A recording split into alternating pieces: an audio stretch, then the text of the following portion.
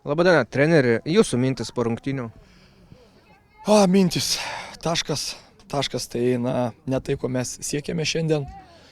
Iš tikrųjų, tai mačiau daug energijos,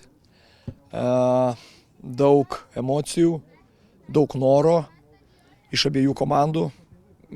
Pavojingi momentai tiek prie vienų, tiek prie kitų vartų. Bet tas pastangas, kurias mes įdėjome, jų mums buvo per mažai tam, kad mes šiandien iškovotumėm 3 taškus.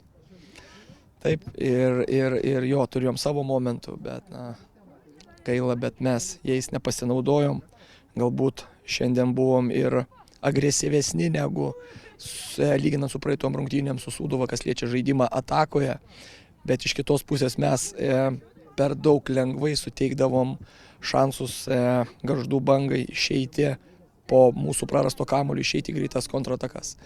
Mes turėdavom greičiau reaguoti tai ir slopinti jų tuos greitus išėjimus, žinodami tai, kad jie tikrai viena iš tų komandų, kurie puikiai išeidinėja į greitus išpolius ir turi kreatyvus žaidėjus.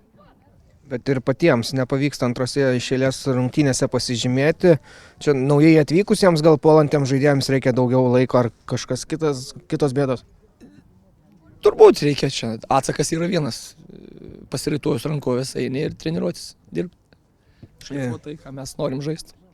Šiandien Donatas Kazlauskas nebuvo registruojamas, kažkokia trauma ar kas? Jo, pas jį yra šiek tiek problema su keliu.